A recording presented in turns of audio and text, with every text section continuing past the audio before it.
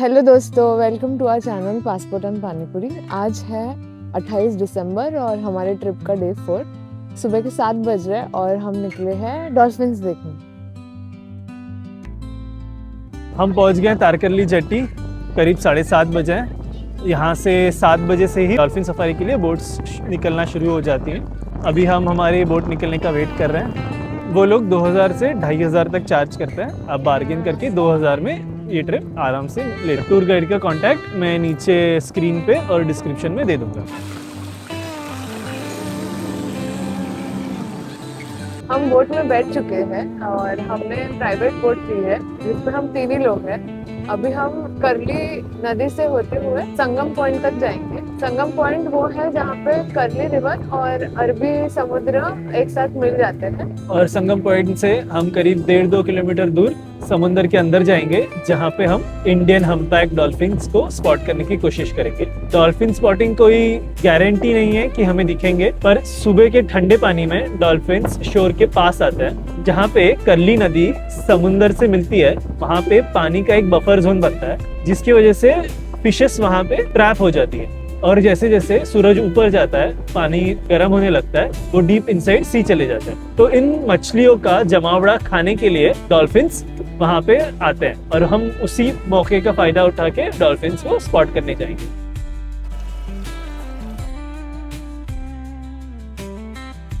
ये पंछी आप जो देख रहे हो, ये सी ईगल्स हैं। ये यूरोप की ठंड से बचने के लिए हज़ारों किलोमीटर का सफ़र तय कर कर इंडिया आते हैं और जैसे ही मॉनसून स्टार्ट होगा ये वापस चले जाएंगे। अब हम संगम पहुंच गए हैं। यहाँ पे आप नदी और समुद्र के पानी का कलर डिफरेंस क्लियरली देख सकते हो। शायद कैमरा में ये इतना विजिबल ना हो। ये जो लहरें दिख रही हैं, वहीं पे 2 पानियों का संगम हो रहा है। हम संगम पॉइंट से आगे बढ़ चुके हैं। यहाँ से करीब 10 मिनट का रास्ता है समुद्र की तरफ, और जहाँ से हम डॉल्फिन स्पॉट करने की कोशिश करेंगे। ये आ गए हम डॉल्फिन पॉइंट पे। यहाँ पे थोड़ी देर रुक के हम डॉल्फिन स्पॉट करने की कोशिश करेंगे। विश अस लक।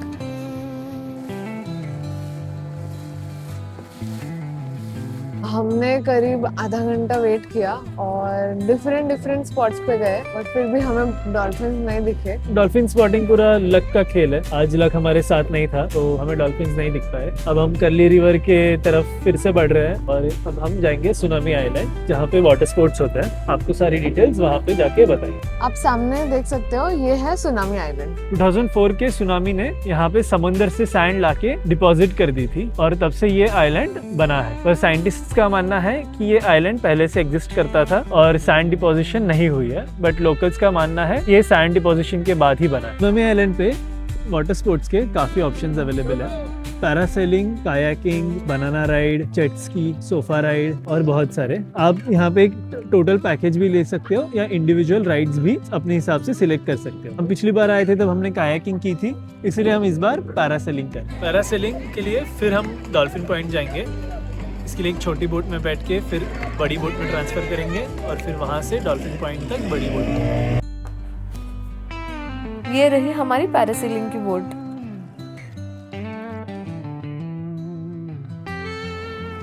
पैरासेलिंग से पहले हमें हार्नेस पहनाया जाता है, फिर पैराशूट से सिक्योरली बांध देते हैं और 2 मिनट तक हवा में ऊपर ले जाते हैं। ऊपर जाकर पूरा बीच, ब्लू समुंदर इतने क्लियर दिखते हैं जैसे गूगल मैप्स का लाइव व्यू हो। बोट्स एकदम मिनिएचर लगने लगते हैं। फिर स्मूथली हमें वापस नीचे उतार देते हैं। हमने पैरासेलिंग खत्म की, फिर एक बोट से दूसरी बोट, दूसरी से फिर हम अब हमारी बोट में वापस आ गए। अब यहाँ से हम अपनी होटल पर जाएंगे। कल हमें पहुँचते पहुँचते काफ़ी लेट हो गया था, इसलिए हम बाहर से होटल दिखा नहीं पाए, लेकिन हमारा होटल बाहर से बहुत ही प्यारा है। होटल का एंट्रेंस भी बहुत ही सुंदर बनाया है और हमारे रूम से बीच व्यू भी काफ़ी सही है। अभी दोपहर के 2:30 बज रहे हैं और हम लंच करने जा रहे हैं चैतन्य नारी निवास में। और ये एक होम स्टे है जहाँ हमने लास्ट टाइम जब आए थे तभी भी लंच किया था और हमें बहुत अच्छा लगा था। तो अभी हम उनके पास फिर से जा रहे हैं। उनके स्टे ऑप्शंस भी बहुत अच्छे हैं। अगर टाइम मिला तो हम उनके स्टे ऑप्शंस के 1-2 शॉट्स डाल देंगे। लंच के बाद हम रॉड फिशिंग भी जाने वाले हैं, जिसके लिए हम दोनों बहुत ही ज्यादा एक्साइटेड है। मेरी थाली अब आ गई है और मैंने इनको स्पेशली बोल के क्लैम्स थाली मंगाई थी। क्लैम्स को लोकली तिसरा भी बोलते हैं। तो पहले मैं करी टेस्ट कर रही हूँ। ग्रेवी बहुत ही अच्छी है और क्लैम्स फ्रेश भी बहुत लग रहे हैं। राइट, भाकरी के साथ तो ये बहुत ही अच्छा जा रहा है। मैंने हलवा थाली ऑर्डर की है। हलवा में थोड़ा स्मेल है और टेस्ट अच्छा है। हमने खाना खत्म कर लिया और जैसे मैंने कहा था इनका स्टेज भी बहुत प्यारा है। मैं आपको दिखाता हूँ। यह है वुडन कॉटेजेस जिसके सामने ही पूल है और इसके सामने ये व्यू देखिए, करली रिवर। दोपहर के करीब 4:30 बज रहे हैं और हम तारकर्ली जट्टी आ गए हैं। यहाँ पे हम फिशिंग करेंगे। फिशिंग के लिए ये लोग 2000 पर आवर चार्ज करते हैं, जिसमें 3 रॉड प्रोवाइड करते हैं। हम करीब 2 घंटा फिशिंग करने का ट्राई करेंगे। अगर कुछ मिलता है तो आपको बताएंगे। हम जब तक बोट रेडी कर रहे हैं तब तक आप ये व्यू देखते हैं। हमारी फिशिंग की तैयारी हो चुकी है, हम बोट में बैठ चुके हैं। जब तक हम फिशिंग स्पॉट पे जाते हैं मैं आपको फिशिंग रॉड्स दिखाता हूँ। ये 7 फीट लंबे बिगिनर रॉड्स हैं।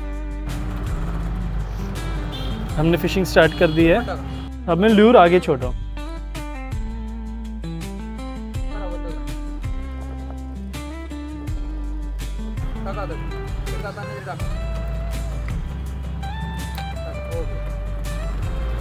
ल्यूर डाल दिए हैं और अब हम वेट कर रहे हैं फिश लगने का।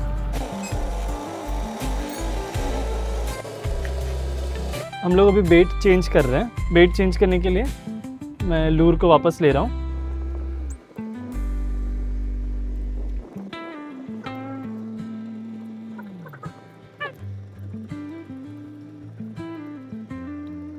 अब हम सैंड बैंक के ऊपर आए हैं। यहाँ पे हम फिर से लूर चेंज करके फिशिंग ट्राई करेंगे। हमारा लूर चेंज हो चुका है। अब हम फिर कास्ट करेंगे।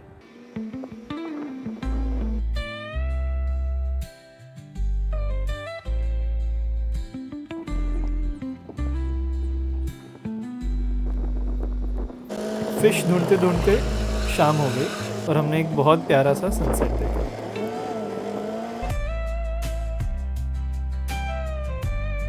हम फिशिंग करके होटल पे वापस आ गए। करीब 2-2.5 घंटे हम करली रिवर्स के बैक वाटर में फिश कर रहे थे। लगभग 20 किलोमीटर हमने अपस्ट्रीम ट्रैवल किया। अलग अलग ल्यूर्स ट्राई किए, रबर बेट्स ट्राई किए, पर हमको 2-2.5 घंटे में एक भी फिश नहीं मिली। फिश के अलावा ल्यूर में सब कुछ अटक रहा था। पत्ते, प्लास्टिक, हर चीज अटक रही थी, पर एक भी फिश नहीं मिली। ये तो लक की बात है, बट हमारा एक्सपीरियंस अच्छा था। हमने एक नई चीज सीखी, rod fishing. It was a good experience. अभी हम हमारे होटल में ही डिनर के लिए जाएंगे। यहाँ का खाना भी बहुत फेमस है। कल हमने देखा था करीब 20-25 लोग वेटिंग में खड़े थे एंड सारे टेबल्स फुल थे। तो आज हम भी वहाँ जाके खाना ट्राई करेंगे। हम डिनर करने के लिए नीचे होटल के ही रेस्टोरेंट में आ गए हैं और मैंने ऑर्डर की है कोंबड़ी वड़े थाली।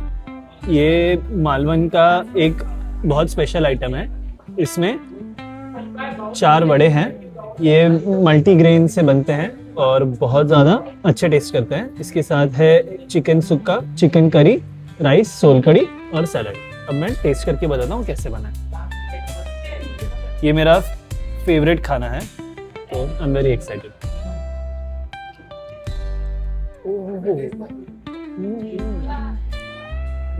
Amazing, amazing. आप देख सकते हो वड़े में थोड़ा भी ऑयल नहीं है, एकदम अच्छे से फ्राई हुआ है। चिकन सस्ता भी बहुत। मुझे आज थोड़ा लाइट खाना था, इसलिए मैंने दाल खिचड़ी ऑर्डर किया है। इसके साथ इन्होंने रायता भी दिया है, टेस्टी है। इन्होंने इसमें कसूरी मेथी भी डाला है, तो उसका एक अलग सा अच्छा टेस्ट है। अभी हम खाना खत्म करते हैं और उसके बाद बीच वॉक पे चलेंगे। आज का व्लॉग यही खत्म करते हैं। हम आपसे मिलेंगे कल एक नए व्लॉग में। तब तक के लिए अपना ख्याल रखना।